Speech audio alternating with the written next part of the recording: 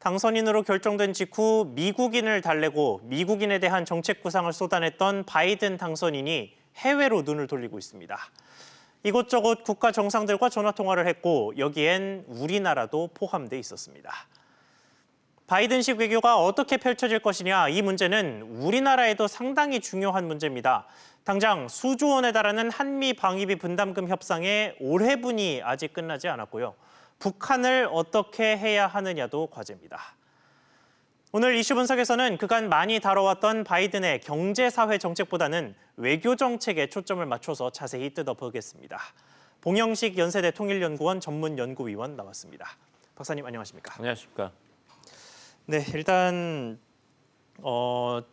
바이든 당선인이 전화 통화를 이리저리 정상들과 하고 있습니다만 그 전화 통화 이야기를 하기 전에요. 트럼프 대통령 같은 경우는 대선 불복 선언을 하면서 다른 나라 정상들에게도 이 대통령이 아닌 사람과 통화하지 말라는 식으로 으름장을 놓고 있거든요. 트럼프 대통령 이야기를 제일 먼저 짚고 넘어가겠습니다. 그래서 통화를 한 정상들도 조금은 떨떠름했을 것 같아요. 이 트럼프 대통령이 대선 불복에 성공할 가능성은 얼마나 될 거라고 보십니까? 거의 없다고 보시면 정확할 것입니다. 네. 이미 그 판세가 공식화되고 있고 워낙 그 표차가 큽니다. 그 바이든 당선인이 이긴 대선에서 이긴. 그래서 이제 재검표 과정은 들어가겠지만 시간이 좀 걸리겠지만 그렇다고 해서 선거 결과 자체가 뒤집어질 가능성은 없다고 보는 것이 맞습니다. 이제 법무장관이 윌리엄 바도 11월 10일 얼마 전이죠. 메모를 보내서 연방 검사들에게 어떤 그 개표상 특이사항이 있으면 조사를 하라 이런 지시를 내리긴 했어요. 예. 이것은 사실 2017년 지침과는 정반대되는 법무부의 지침입니다. 2017년에서는 그 개표 과정에서 그 법무부 산하 선거 사본국이 함부로 개입해서는 안 된다 이런 식의 메모를 법무장관이 보냈는데 네. 이번에는 오히려 검사들이 적극적으로 공정한 개표 과정이 있었는지를 보장하고 어떤 그 선거 부정이 있는지를 조사하는 것이 좋겠다는 적극적 메시지를 보내긴 했거든요. 네. 근데 이것이 어떤 그 법무부에서 그 개표 과정에 적극적으로 그 개입한다는 것보다는 트럼프 대통령이 하도 불복 선언을 하니까 법무장관으로서 어떤 이 체면치레랄까요? 아니면 모든 개표는 공정하고 정확하게 이루어진다는 그 대통령의 말씀에 따라서 법무부가 행동하는 정도로 이해하는 것이 낫겠고 네. 또 그 미치 맥코넬 공화당 그 원내대표도 얘기를 했죠. 트럼프 대통령이 이렇게 법적 조치를 취하는 것은 100% 트럼프 대통령의 권한에 속한다고 얘기했지만 그렇다고 해서 공화당이 앞으로 어떻게 할 건지에 대해서는 아무 얘기가 없어요.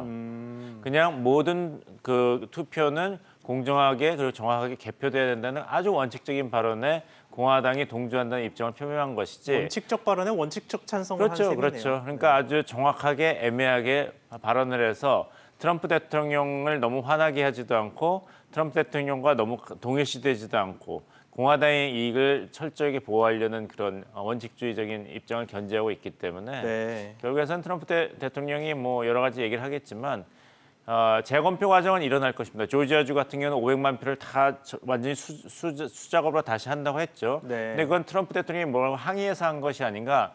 워낙 이게 박빙의 승부였기 때문에 주정부 차원에서 하는 것으로 이해하셔야 될 것입니다. 네, 알겠습니다. 그러면 이제 본론으로 들어가서요. 정상 간 통화 소식을 짚자면 당연히 우리나라 이야기를 제일 먼저 해야겠습니다. 문재인 대통령이 어제 오전 9시에 바이든 당선인이랑 첫 통화를 했습니다. 14분간 통화가 이루어졌고 키워드를 하나 꼽자면 린치핀이라는 표현이 가장 많은 관심을 받더라고요. 이게 아주 흔한 단어는 아닙니다만 핵심축이라는 뜻이라고 하더라고요. 이게 그냥 편하게 해석을 하자면야 흔히 쓸 수 있는 너네 중요한 사람이야, 중요한 국가야라는 의미로 해석할 수도 있겠습니다만 지금 우리나라의 이 한반도 정세의 입지에서 상당히 애매한 위치에 있는 상황에서 특히 중국과의 관계에서 그런데 핵심축이라는 표현을 썼다는 게 좀 의미심장하다 이런 해석도 있더라고요. 어떻게 보십니까? 근데 이제 한국을 미국 동맹, 그다음에 미국의 인도 태평양 전략의 핵심축이다, 린치핀이다 이렇게 얘기를 하고 또 일본에 대해서는 미국의 아시아 태평양 정책에서의 초석, 코너스톤이라는 얘기를 하죠. 예. 이것은 사실 굳어진 표현입니다. 왜냐하면 미국 입장에서는 한국만 중시하거나 일본만 중시한다 이런 인상을 주는 것을 피하려고 모든 노력을 다 하고 있습니다. 그래서 한미 동맹을 얘기할 때는 한국을 가지고 핵심 축이다, 린치핀. 핵심 축이 없어지면 모든 게 무너지지 않습니까? 네. 그래서 한국이 얼마나 미국의 안보 전략에서 중요한 파트너인지를 강조하는 표현으로 굳어졌고 일본에 대해서는 항상 코너스톤이라는 얘기를 합니다. 이게 바이든 당선인이 독창적으로 만들어낸 아닙니다. 표현이 올해 아니군요. 이제 굳어진 표현이고 예. 그래서 이제 굉장히 조심을 하거든요. 미국 정부 관리들은 네. 한쪽을 섭섭해하게 하면 안 되니까요. 그래서 한국은 린치핀, 일본은 코너스톤, 초석. 이 표현은 앞으로도 계속 들으실 겁니다. 알겠습니다. 그러면 조금 더 구체적인 이야기로 들어가서요. 바이든 당선인이 한국에 대한 방위 공약을 확고히 유지하겠다라고 이야기를 했거든요. 이 이야기를 듣는 순간 많은 분들이 주한미군 방위비 분담금 이야기를 떠올리실 텐데 트럼프 대통령처럼 뭐 갑자기 5배로 높인 분담금을 요구하지는 않을 거다. 바이든 당선인은 이런 식의 전망이 애초부터 좀 많이 나왔었거든요. 박사님께서는 동의하십니까? 예, 뭐 방위비 분담금 협정은 잘 해결이 될 것으로 봅니다. 워낙 네. 많은 시간이 지났고 또 양쪽이 합의한 초안이 없는 게 아니에요. 13% 증액으로 실무진이 합의를 했는데 백악관에서 그걸 틀어버린 것입니다. 네. 트럼프 대통령이. 그러니까 트럼프 대통령이라는 장애물이랄까요? 반대 목소리가 없어지고 나면은 실무 협상에서 이미 굳어진 그런 합의안이 승인을 받고 현실화될 가능성은 높은 것이죠. 그러면 협상이 좀 빨리 끝날 수도 있겠네요. 아무래도 이제 바이든 대통령이 대통령 취임이 있어야겠죠. 그러면은 바이든 대통령도 지금 계속 조심하고 있는 것이 트럼프 대통령이 미국의 대통령 한 명이다. 자꾸 이런 얘기를 하지 않습니까? 예. 근데 바이든 당선인도 기자들과 회견에서 나 전적으로 동의한다. 미국의 대통령 항상 한 명이다. 그 말은 뭐냐면 1월 20일에 취임하고 나서는 트럼프 대통령이 대선 결과에 불복하고 계속 백악관에 있는 그런 이상한 사태는 피했으면 좋겠다 이런 것도 암시하고 있는 것이죠. 네, 그렇군요. 자, 지금 일본을 코너스톤이라고 미국에서 표현했다. 바이든 당선인이 표현했다는 말씀을 하셨는데 자, 이게 외교라는 게 참 디테일의 싸움 아니겠습니까? 예. 누가 먼저 통화를 했느냐, 누가 더 길게 통화를 했느냐, 어떤 표현을 썼느냐 이런 것들이 다 의미 부여가 되는 부분들인데 일본과 우리나라를 비교를 해보면 일본이 우리보다 30분 정도 먼저 통화가 이루어졌고요. 반면에 통화 시간은 우리가 14분, 일본이 10분 정도여서 우리가 조금 더 길었습니다. 이거를 뭐 의미 부여를 하지 않고 넘어가자면요, 그냥 정말 일상적으로 넘어갈 수도 있는 부분입니다만 의미 부여를 해본다면 어떻게 할 수 있겠습니까? 뭐 저는 괜찮은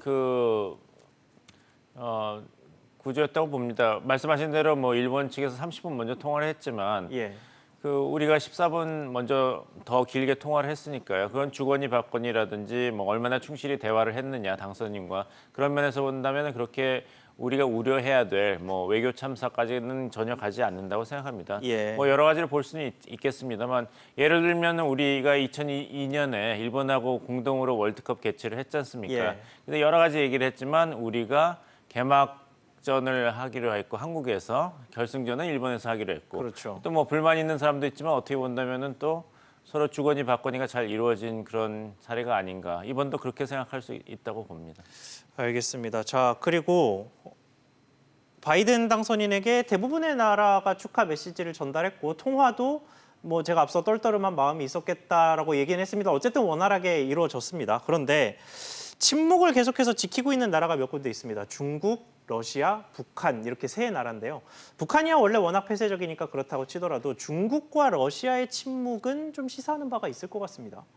일단은 이제 미국 대선 결과에 대해서 현직 대통령, 공화당 후보인 트럼프 대통령이 불복 선언을 하고 있기 때문에 네. 거기에 이제 방점을 찍는 그런 입장을 취할 가능성도 있는 것이죠.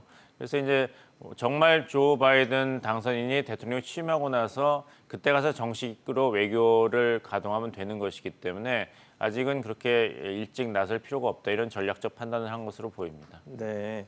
그런데 이 중국의 침묵은 특히나 우리에게 더 불편할 수밖에 없습니다. 아무래도 미중 간의 사이가 워낙 좋지 않은데 우리가 딱 그 중간에 끼어 있어서 경제적으로 중국에도 많이 의존하고 있고 또 정치 사회적으로는 미국에 많은 의존을 하고 있는 상황이다 보니까 좀 껄끄러운 상황 속에서 시진핑 주석의 방한설이 다시 나오고 있더라고요. 이게 몇 번 엎어졌다가 또 기어 나오는 방한설인데 청와대에서는 일단 침묵을 하고 있습니다만 미국 쪽에서 좀 불편한 소리를 특히 바이든 당선인이 좀 불편감을 드러낼 만한 가능성은 얼마나 된다고 보십니까?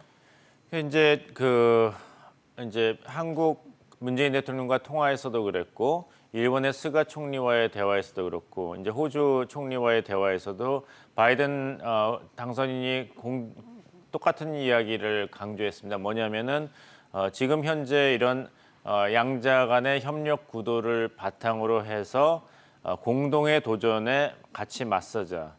그래서 인도 태평양 지역에서 안전과 번영을 위해서 함께 일하자 이런 메시지를 했습니다. 네, 중국을 의식했다고 그렇죠. 해석할 중국 수밖에 입장에서 없네요. 본다면 이거는 네. 대중국 포위 전략을 같이 하자는 메시지거든요. 예. 그러니까 한국, 일본, 호주를 초청한 것이죠.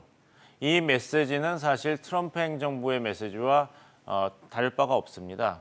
뭐 조금 더 다자주의적인 색채를 띌 수는 있지만 결국에 가서는 바이든 일기의 동아시아 전략도 트럼프 행정부 때의 동아시아 전략과 별반 다를 바가 없다는 그런 증거이기 때문에 이것을 듣고 있는 시진핑 정부로서는 여러 가지 전략적 계산과 대응에 고심할 수밖에 없고 그 일환의 하나로 그렇다면 한국에게 어떻게 접근할 것인가. 네. 문재인 정부는 조속한 시진핑 주석의 방한 카드를 계속 추진했는데 중국 측에서 오히려 타이밍과 여건이 적절하지 않다 그래서 미뤄왔거든요. 네. 그래서 이제 시진핑 주석이 한국 포용 전략을 어떻게 적극적으로 구사할 것인가. 그래서 한국을 이런 대중국 포위 전략에서 떨어뜨릴 수가 있는가 이런 계산을 분명히 하고 있을 텐데 문제는 시진핑 주석이 방한을 하고 안 하고가 아니라 어떤 것을 논의하고 어떤 것을 양국이 합의하느냐입니다. 네. 시진핑 주석이 만약에 방한을 해가지고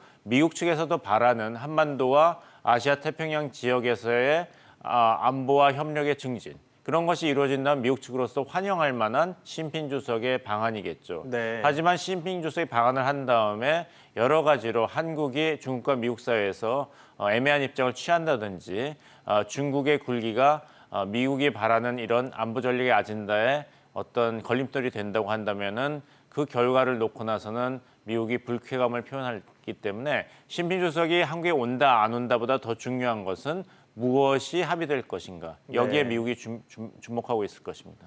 알겠습니다. 자, 북한 이야기도 하지 않을 수가 없습니다. 이게 당초에 그런 전망이 많았거든요. 트럼프 대통령 같은 경우는 워낙 그 본인이 주목받으며 리더십 있게 상황을 끌고 가는 것을 좋아하기 때문에 뭐 북한과 비슷하게 양국 정상들이 만나서 통 큰 합의를 한 번에 이루어내고 만나서 쇼맨십을 하고 뭐 이런 식의 모습들이 많이 나와서 북한과 오히려 트럼프 대통령이 합이 맞는다 이런 식의 분석들이 많았거든요. 그래서 바이든 당선인이 됐을 때 북한이 오히려 별로 좋아하지 않을 것이다라는 전망이 많았는데 실제로 그럴 거라고 보십니까? 예, 저도 그렇게 생각합니다. 북한 입장에서는 많이 실망했겠죠. 트럼프 대통령식으로 탑다운 그리고 대통령이 모든 것을 결정하는 그런 스타일이 사실 북한 측에서는 많이 유리합니다. 네. 트럼프 대통령 한 명만 공략을 하면 되니까요.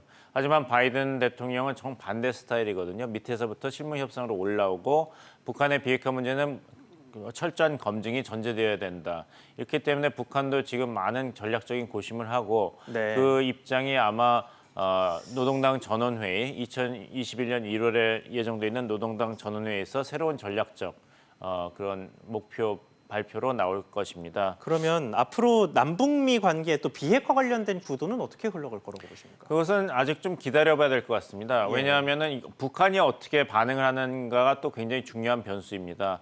예를 들어서 이제 오바마 대통령이 처음 대통령에 당선됐을 때 당시 미국의 적성 국가들과의 화해를 화두로 삼았습니다. 그래서 예. 베네수엘라, 쿠바, 이란과 어떤 그 화해 제스처를 적극적으로 추진했는데 이 나라들은 다 미국의 이런 새로운 태도에 대해서 환영의 모습을 보이고 적극적으로 반응했는데 북한만 계속 도발로 돌아갔거든요. 네. 그래서 광명성 2호를 예정대로 실험 발사하겠다. 미국의 반대에도 불구하고. 그리고 4월에 정말 발사를 했습니다. 그리고 또 한 차례 핵실험을 했기 때문에 오바마 행정부로서는 북한과의 어떤 화해는 좀 기다려봐야겠다. 네. 도발 행위가 계속되고 있으니까. 그래서 전략적 인내 정책을 택한 것이거든요.